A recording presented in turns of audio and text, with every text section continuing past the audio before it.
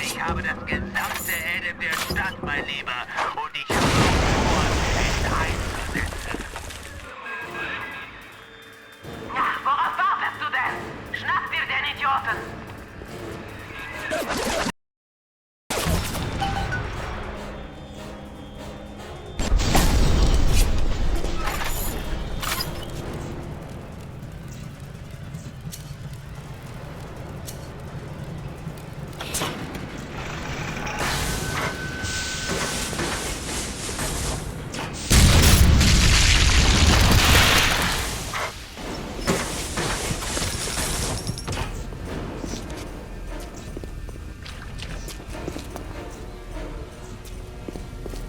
Der Trottel ist genau hinter mir.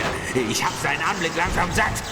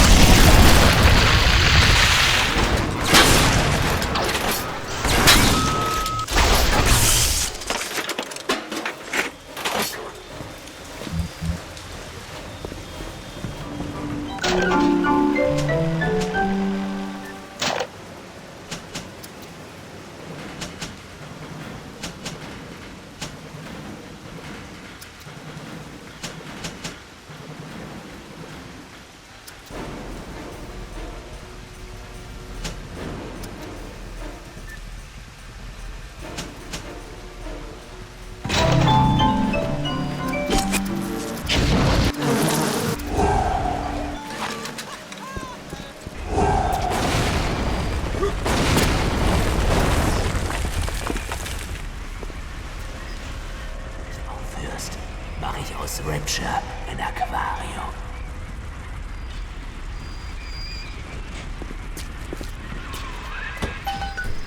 Scheiße, du hast ihn entkommen lassen. Jetzt muss ich erst mal nachdenken. Ja, natürlich. Überhaupt kein Problem. Such einen Big Daddy und analysiere seinen Körper. Ich würde vorschlagen, du suchst dir einen, der bereits tot ist.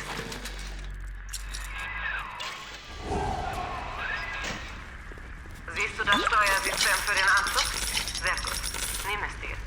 Das ist der erste Schritt, um selbst so ein abscheulicher Big Daddy zu werden. Du kommst nur durch die Tür, durch die Fontaine gerade abgehauen ist, wenn eine Little Sister sie für dich öffnet. Und die Little Sisters vertrauen dir nur, wenn du wie einer von diesen ekelhaften Brechern aussiehst, klingst und riechst.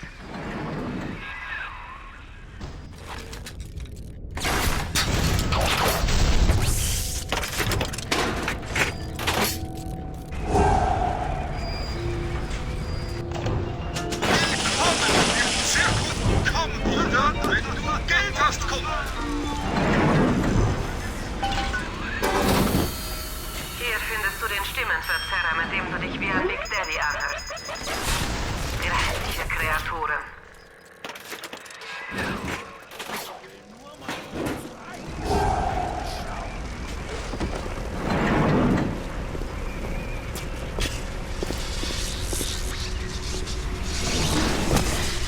Bitte?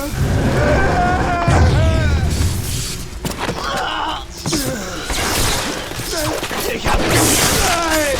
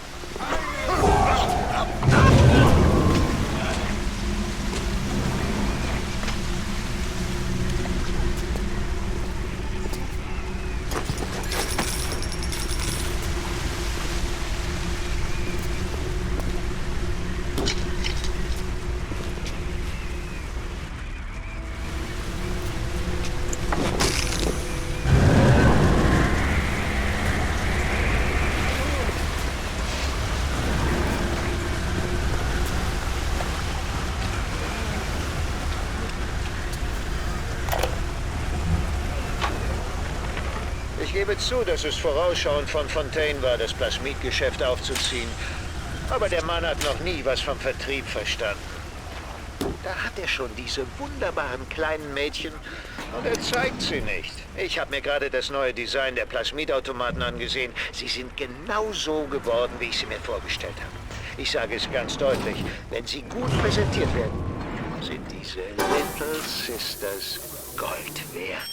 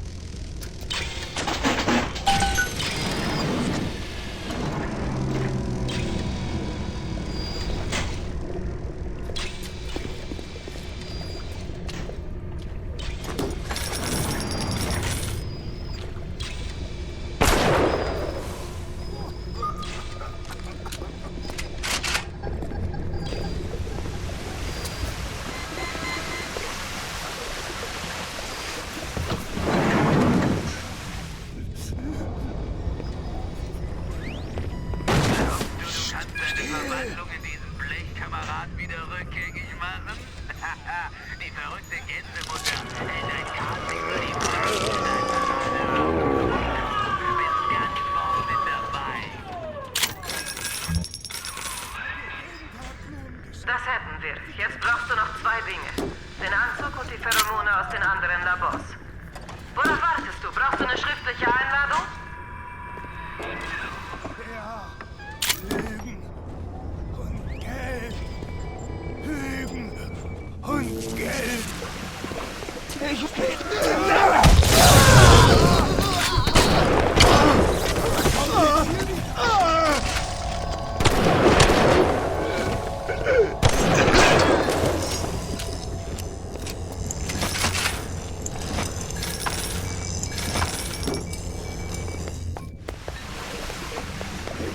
Jemanden kennenlernen. Aber hier ist ein gefährliches Pflaster.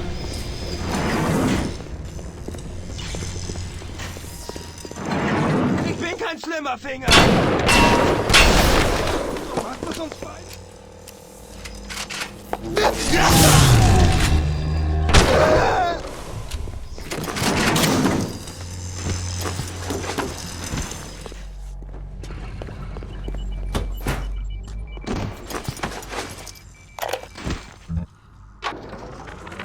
Ryan hat zusätzliche Munition geschickt. Ich nehme an, er rechnet mit Ärger. Ich habe die Munition in den Protector Labs eingeschlossen. Der Code ist 1921. Ich glaube aber nicht, dass wir sie brauchen werden. Sobald der Big Daddy fertig ist, wird ihn niemand mehr aufhalten.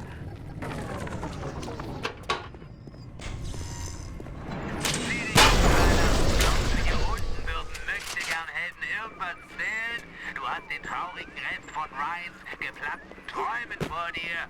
Glaubst du, irgendwann hier ist es wert, gerettet zu werden? Dann kannst du ja bleiben und mit dem Rest dieses Packs absaufen. Ich wollte nur ein bisschen...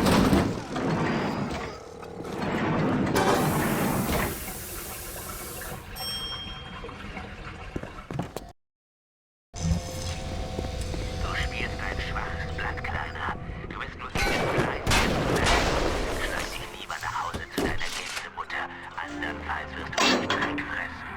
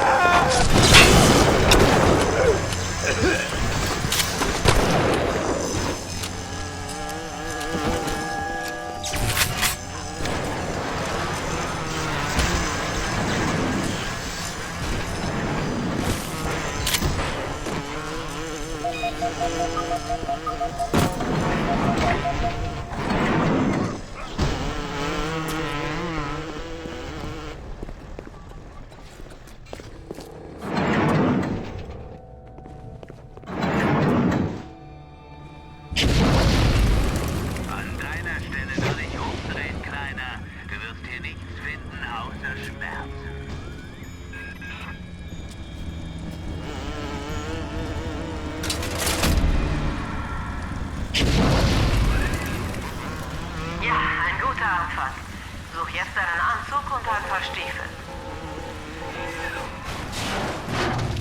Ich hab sie nicht angefangen!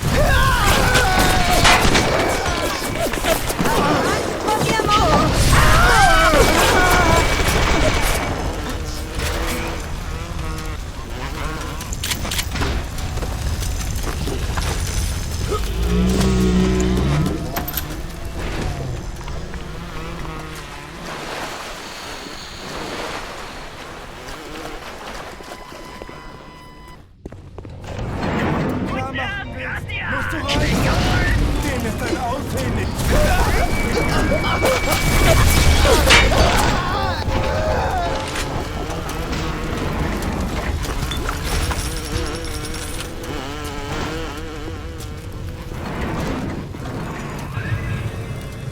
Hier findest du den Anzug.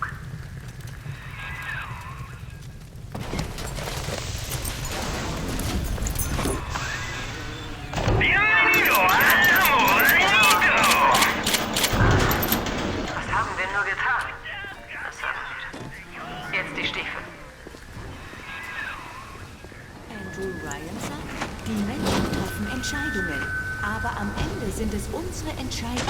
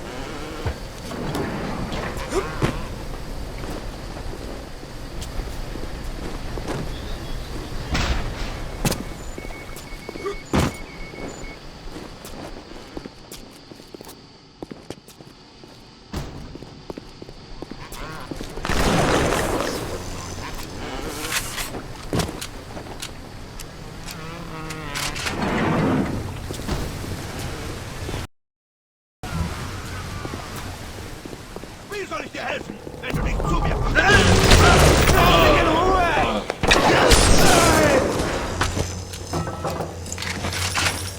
Sieh dich doch mal um. Hier gibt es nichts mehr zu retten. Remastered ist ein Mausoleum, eine gottverfluchte Friedhofgeisterbahn. Und du und diese Polen ist ein Gespenster darin. Warte nur, bald wirst du es verstehen.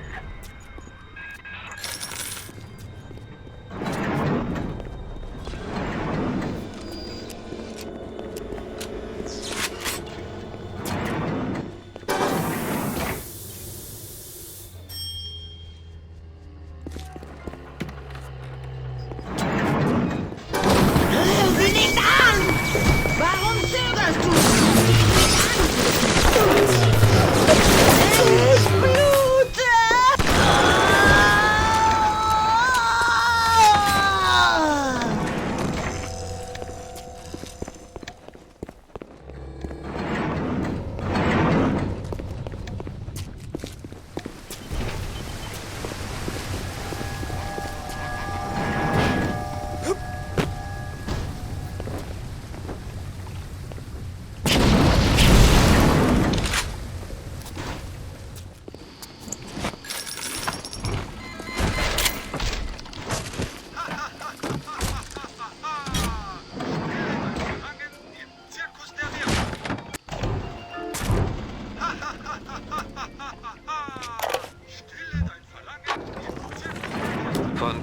Dieser Hurensohn macht einem Angst. Aber Ryan ist dafür ein geiziges Arschloch. Man kann den Schutzanzug nicht wiederverwenden.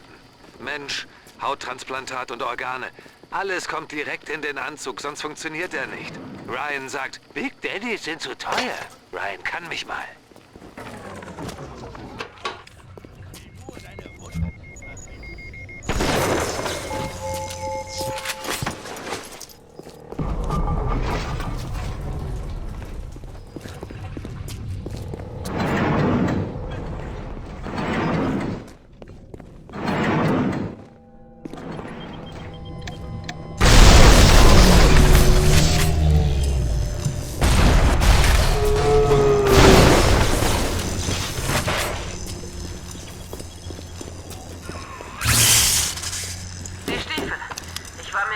Dass die Stiefel hier sind. Verdammt. Eine Schande, dass es so gelaufen ist, Kleiner. Wir beide hätten hier unten den Laden schmeißen können. Jetzt gibt's für dich nichts mehr. Nur noch ein großes.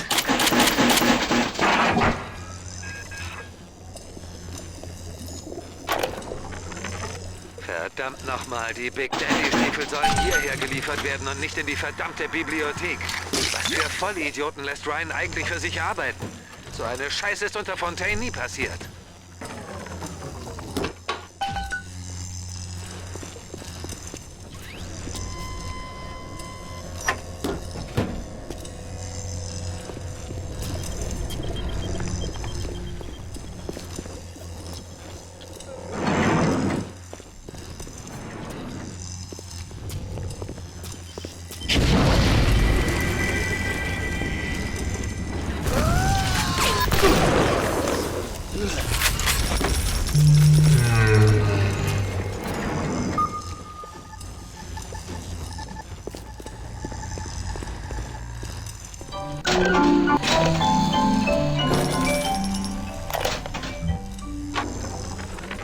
Habe ich etwa einen Fehler gemacht? Man kann keine Städte errichten, wenn man von Zweifeln beherrscht wird. Aber kann man als Regent? Ich weiß, dass meine Überzeugungen mich über die Masse stellen. Und ich weiß auch, dass die Dinge, die ich verworfen habe, mein Untergang gewesen wären. Aber die Stadt, sie zerfällt vor meinen Augen. Bin ich vielleicht so sehr von meinen eigenen Überzeugungen geblendet, dass ich die Realität nicht mehr erkenne? Mag sein. Aber Atlas ist da draußen. Und er beabsichtigt, mich und meine Stadt zu vernichten. Zweifeln bedeutet aufgeben. Ich werde nicht zweifeln.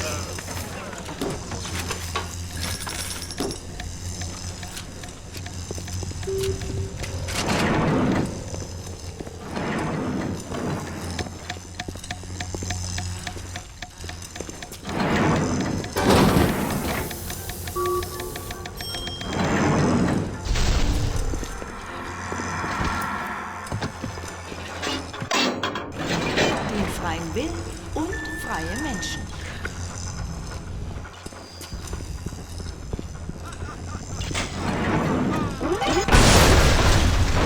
Wir haben die Kleinen von Anfang an auf bestimmte Duftstoffe geprägt, auf die Pheromone. Aber man kann sich das nicht einfach draufklatschen wie Aftershave. Man benötigt 3 Durchgänge einer professionellen Beschichtung mit dem Zeug. Dann wirkst du so anziehend auf die Kleinen wie Nektar auf Bienen. Hier musst du dir die 3 Pheromone zusammensuchen, damit du hinterher so widerlich stinkst wie ein Big Daddy.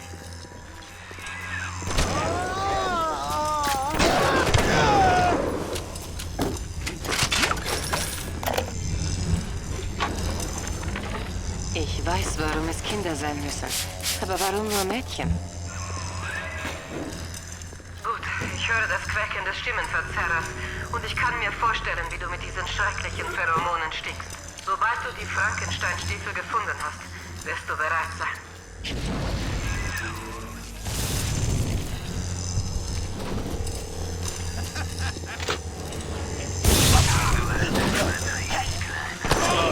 Wenn ich mit dir fertig bin, werde ich zum Haus der Kindsmutter gehen und es auseinandernehmen. Stück für Stück. Kind für Kind. Ein Wort.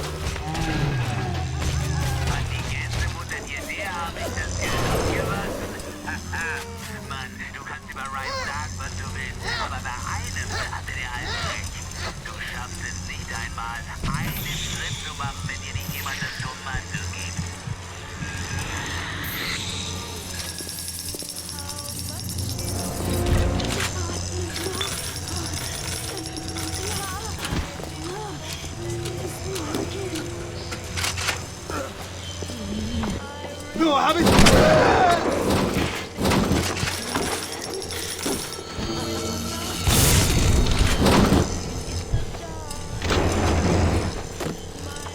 Nimm mich! Nimm meinen Körper! Verlieb mich! Aber verschone meine Kleine!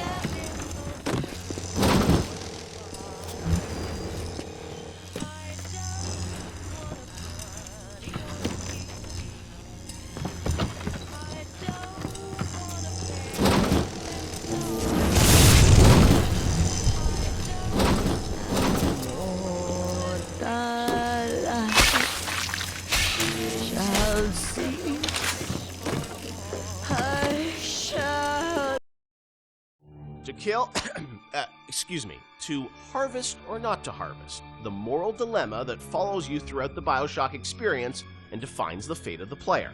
This choice lays at the center of your Bioshock story and has repercussions that can be felt in nearly every facet of the gameplay.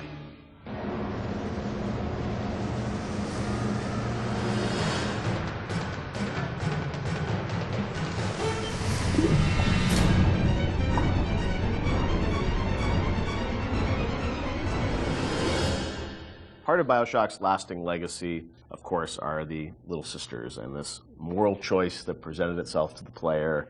Everyone became a water cooler conversation about, like, well, did you save them? Did you harvest them? That concept, Ken, was that something that came about early in development, or that binary choice? When did that come into the game? I don't remember when. I mean, we had the concept of them being protected, but I can't remember when you actually certainly chose. wasn't. When there were slugs, it was not meaningful. I think there was. Do you salt it? Do you not salt it? There were resources that you could get, but there was no choice there, right? The choice was, do I want to fight the Big Daddy or not? Yeah.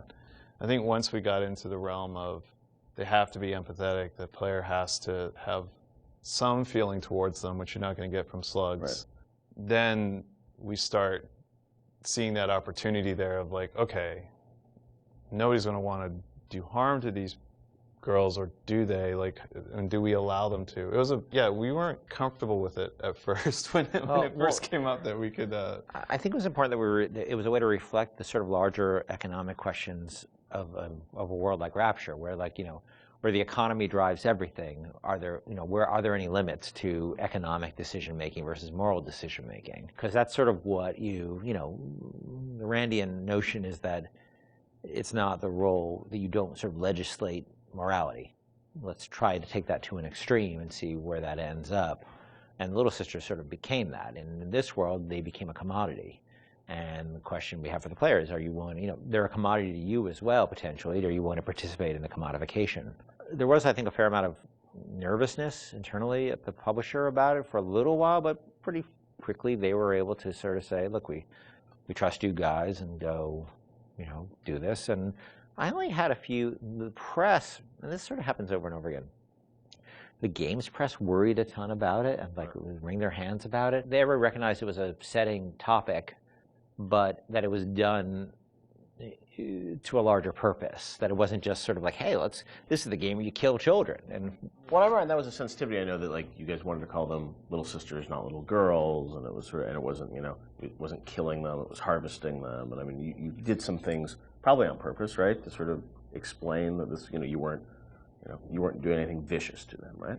Well, I mean, you do sort of, they do sort of disappear out of you, and a big slug out of their belly, comes up that you. Well, we didn't want that to be graphic. We wanted to be very clear that you were killing gruesome. them. Yeah. But it was not intended to be a prurient in terms of, hey, this is a simulation of pulling a sea slug out of a little girl's belly. But we wanted you to understand that you were making a very diabolical moral economic pact there. And we think that came across, and I think it came across well enough. And I think the test of how well it came across is, I think most people didn't really thought of it as am I willing to do this thing or not? Right. And people would tell us stories how, like, their girlfriend saw them harvesting, and then they literally slept on the couch that night. Right. And that's that's an interesting. That was interesting how people connected to a 3D mesh that's really no different than any other 3D mesh in the world. Like, this little sister, she's not a person. She's a 3D asset, a virtual 3D asset, right? That has a voice actor connected to it, who's an adult woman, and nobody was actually getting harmed, but people still emotionally connected to them and made an emotional connection. And also, you know, I think when you're playing, you don't really know what the impact of that choice is. Yes. And that's sort of the curiosity of like, you know, you're a gamer, so it's like, am I going to game the system? Which one should I pick? How does this impact things as you go through the game? It's never really fully clear what that choice is going to lead to, right? And the ambiguousness of that was something you wanted to sort of create mystery around throughout the game? Yeah, we went back and forth a lot about what the rewards for harvesting versus saving would be, and actually I think we should have really pushed further that the rewards for saving were should have been much more meager than the rewards for harvesting, just to really sort of put you up against the wall, push you up against the wall and say, you know, are you going to stick by your moral guns here? Because you're going to pay for it. Because that's usually the way life is, right? It's always harder to take a moral path than it is to take an amoral path. But there's incentives to take amoral paths because it's the easier path.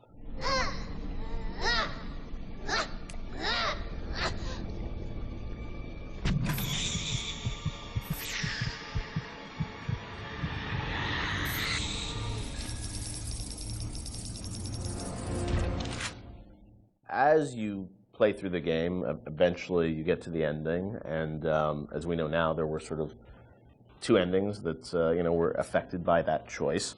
And that was something at the time, I know you said publicly that you weren't in favor of sort of having two endings. Was that in part because, you know, the game is about not having choice, or did you think that, you know, the two endings were, I don't know, like, I'm interested for narratively, like, why you didn't want to go that path? It seemed forced, given that the game really sort of almost made a joke, I mean, a meta commentary joke about the lack of agency in games, the lack of meaning of those choices, given that you have these two endings. I guess you could make an argument that, well, you were free, you were given choice of the, you know, once Ryan's dead, and that's really what it's about. But I think we also didn't really have enough time to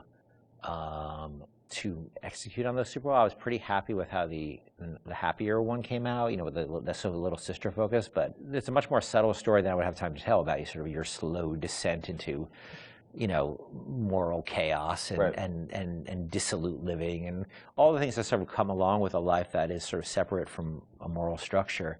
It's a long story. And that's what I mean, you were just switching a cutscene. It wasn't like you were doing sort of a whole other level that was different or something. So the choice was... There's two cutscenes with very tight time and economic Or constraints. just start a nuclear war. Yes. And that's not... You know, You're a nice guy, or you start a nuclear war. And because we had so many problems on our plate, that was something I had to sort of do in the spare time. So I was pretty happy with one, but not very happy with the other. I know you had said publicly before that there was another sort of more ambiguous ending that you had originally planned, or what would you have done?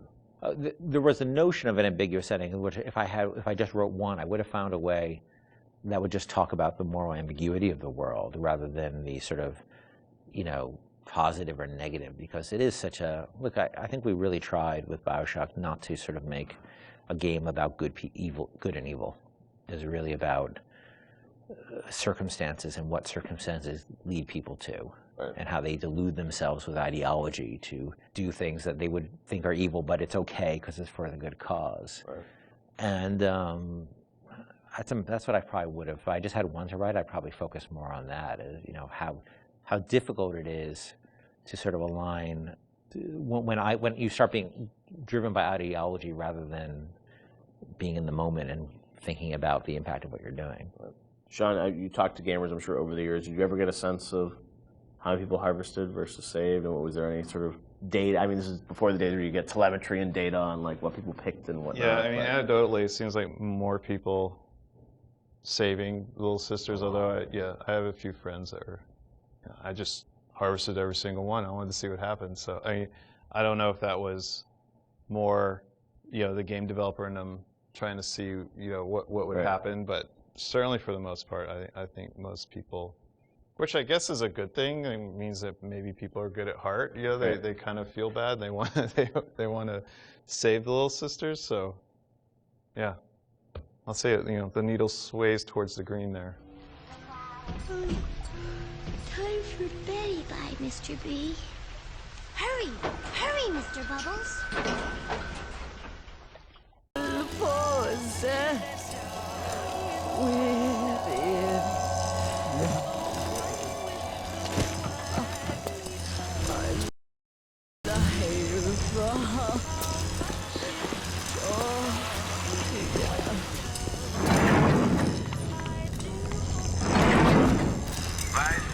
Eigentlich solltest du mir dankbar sein. Ich habe dich hierher gebracht. Ich habe dir gezeigt, wer du wirklich bist. Alle haben dich immer nur angelogen, bis ich gekommen bin.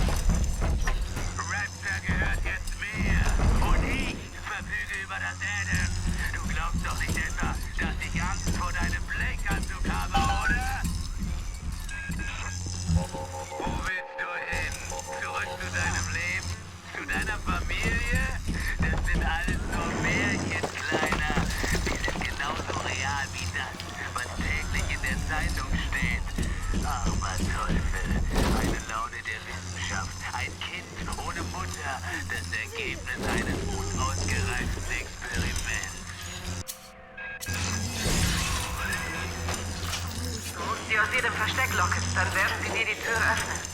Los jetzt, schlag mit der Rohrzange auf den Lüftungsschacht.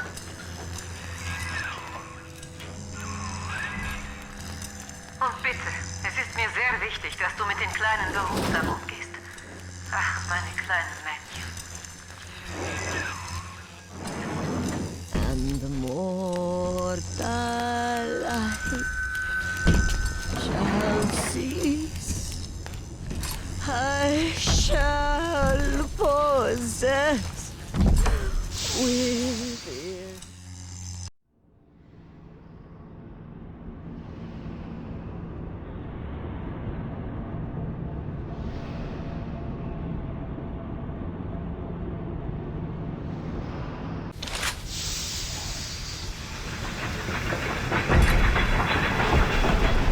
Die Kleinen werden dich zu Fontaine führen, aber du musst ihr Beschützer sein. Das war's, Kleiner. Es war ein langer Weg, aber du erinnerst dich an das meiste ja sowieso nicht mehr. Ich habe dich als kleines Kind in ein U-Boot gesetzt.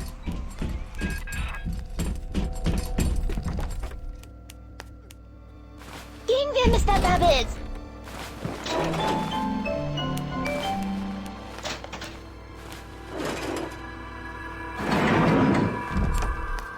Komm, Mr. Bubbles!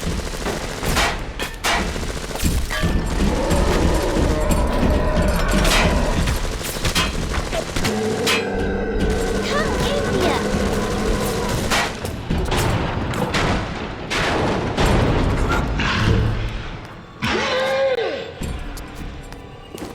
Ich bin soweit!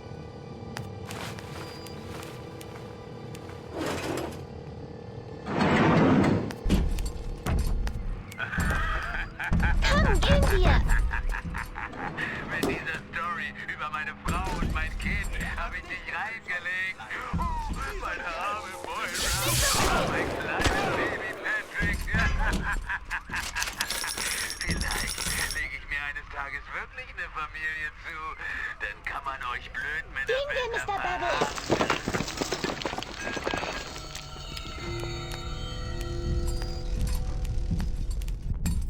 Gehen wir, Mr. Bubbles!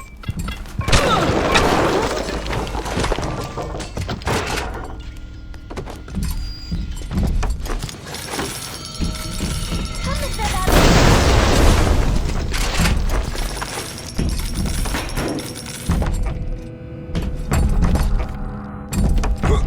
Ich bin soweit!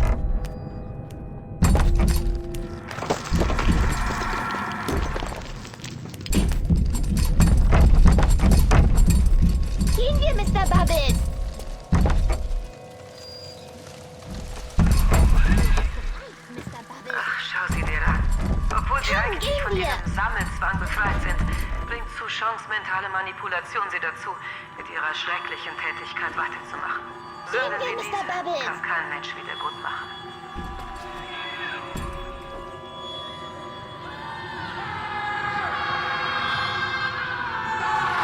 Ich bin soweit. Hey, du machst es uns. Komm, Mr. Bubbles. Etwa du kleine Diebin!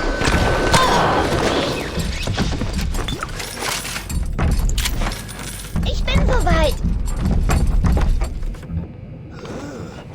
Ja, Holzer, na los. Verkauf nichts. Komm, Mr. Bubbles.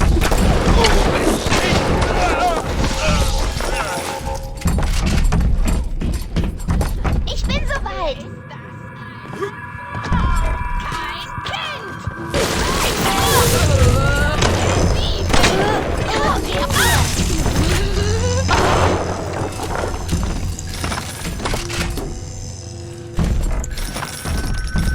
Gehen wir, Mr. Bubbles.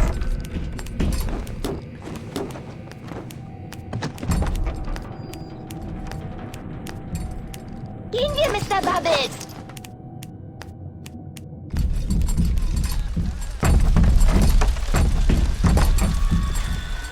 Ich bin soweit.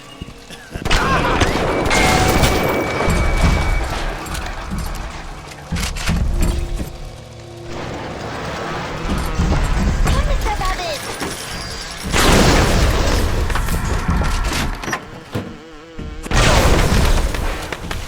Ich bin soweit.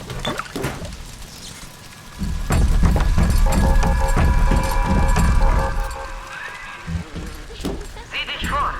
Die Ernte wird bestimmt die Splicer herlocken. Gehen wir, Mr. Bubbles.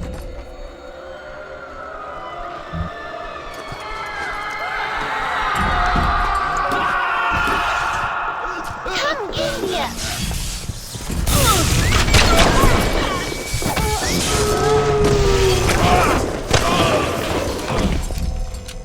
Ich bin soweit.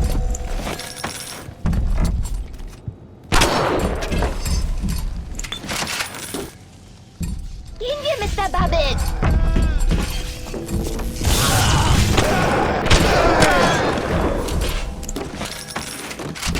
Ich bin soweit. Greife mich.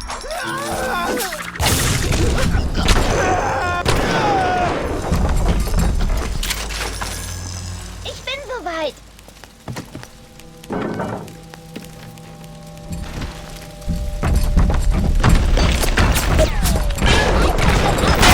Gehen wir, Mr. Bubbles.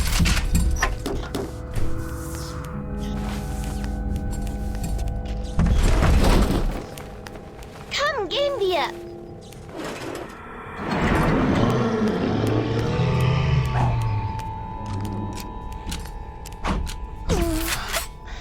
Zeit, ein bisschen zu träumen, Mr. B.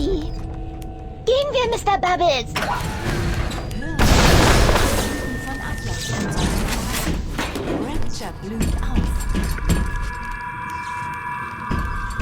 Komm, Mr. Bubbles. Gehen wir, Mr. Ich bin soweit.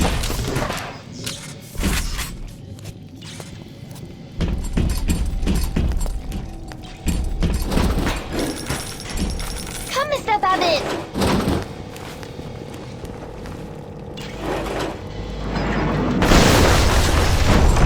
Gehen wir, Mr. Bubbles.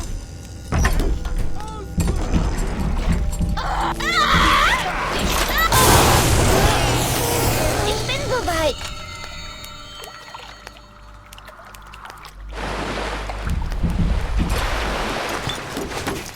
Komm, gehen wir. Beide nur schwer.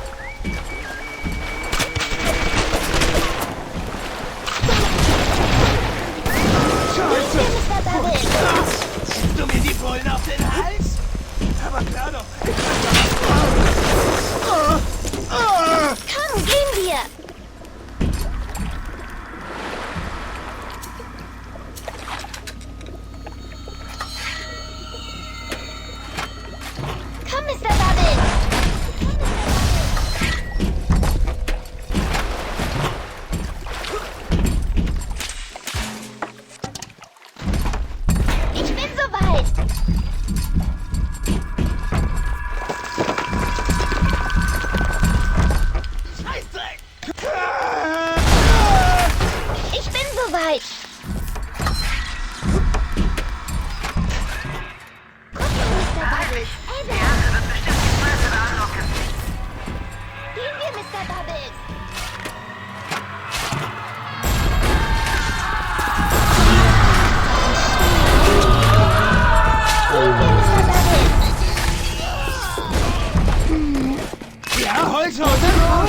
aus, Mr. B. Ich bin ein braves Mädchen, Mr. B. Komm, Mr. Bubbles! Du bist ein Normal. Helden sammeln ist toll. Es macht mich was ganz Besonderem. Ich sehe Mr. Bubbles! Fuchs, du hast die Gans gestohlen. Komm, gehen wir!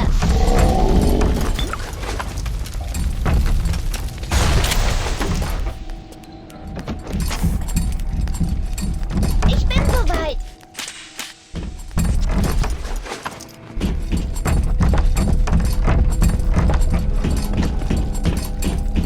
Ich bin soweit!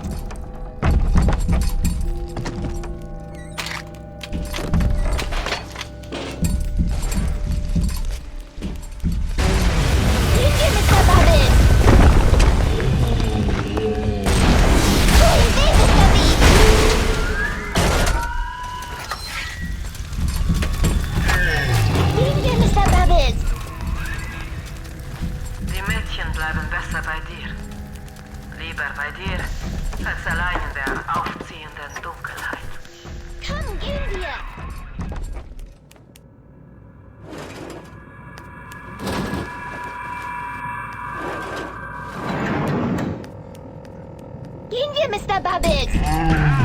Mit der Dose wäre vielleicht ein normaler Arbeiter zufrieden oder so ein Bürohengst, aber ich brauche mehr! Ich bin will mich so soweit! lange spleißen, bis nichts mehr da ist! Jetzt ist es nicht mehr weit. Fontaine ist ganz in der Nähe. Mr. Bubbles! Ich muss jetzt in die Haie, Mr. Bubbles.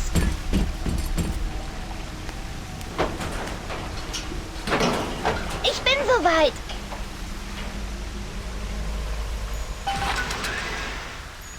Fontaine wartet oben. Jetzt gibt es kein Zurück mehr. Vergewissere dich, dass du bereit bist, ihm gegenüberzutreten, bevor du weitergehst.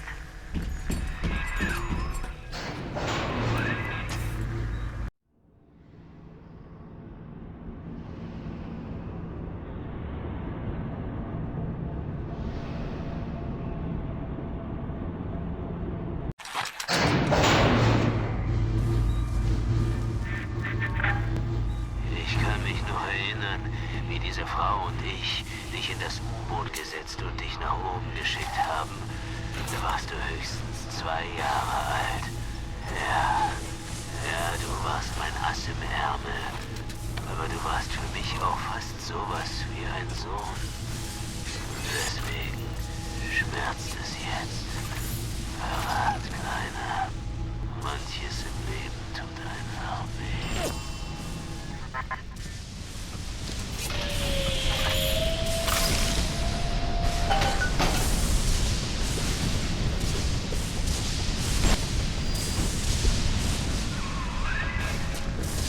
Los, geh jetzt! Stich mit der Lader zu!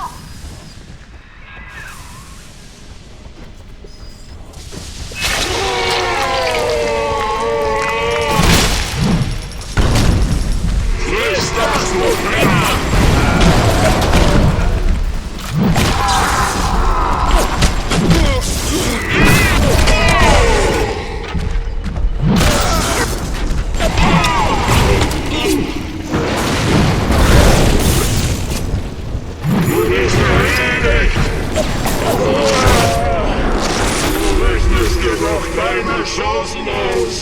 Ich hab nicht mal angefangen. Du bist nicht mehr allein auf dieser Welt. Ich habe jede Menge Schläger, die mich beschützen, während ich nur Kräfte sammle.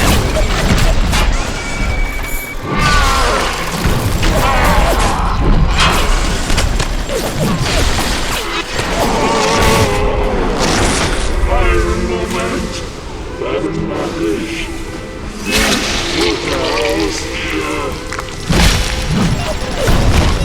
Friss eine neue.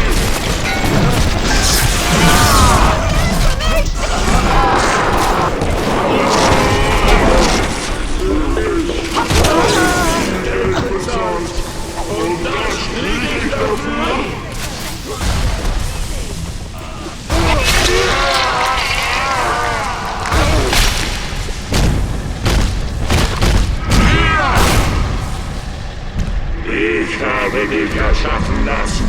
Ich habe dich an die Oberfläche geschickt. Ich habe dich zurückgeholt und dir gezeigt, was du bist und was du kannst. Sogar das Leben, an das du dich zu erinnern glaubst, ist etwas, das ich mir ausgedacht und dir in den Kopf tätowiert habe. Also...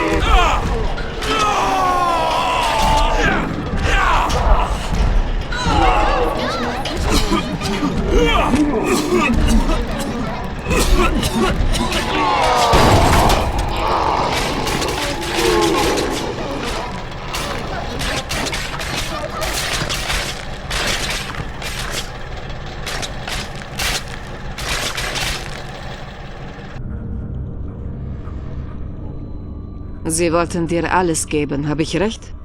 Und als Gegenleistung hast du ihnen das gegeben, was ich von dir erwartet habe. Brutale Gewalt.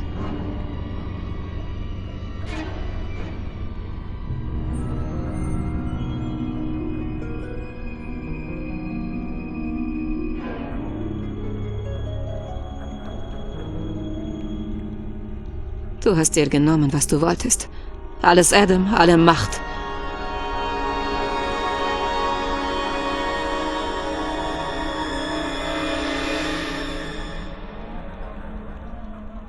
Rapture hat vor dir gezittert. Aber selbst das war dir nicht genug. Dein Vater hatte Angst, dass die Welt ihm das Geheimnis seiner Stadt entreißen könnte. Stattdessen hast du das schlimmste Geheimnis der Welt in deine Gewalt gebracht.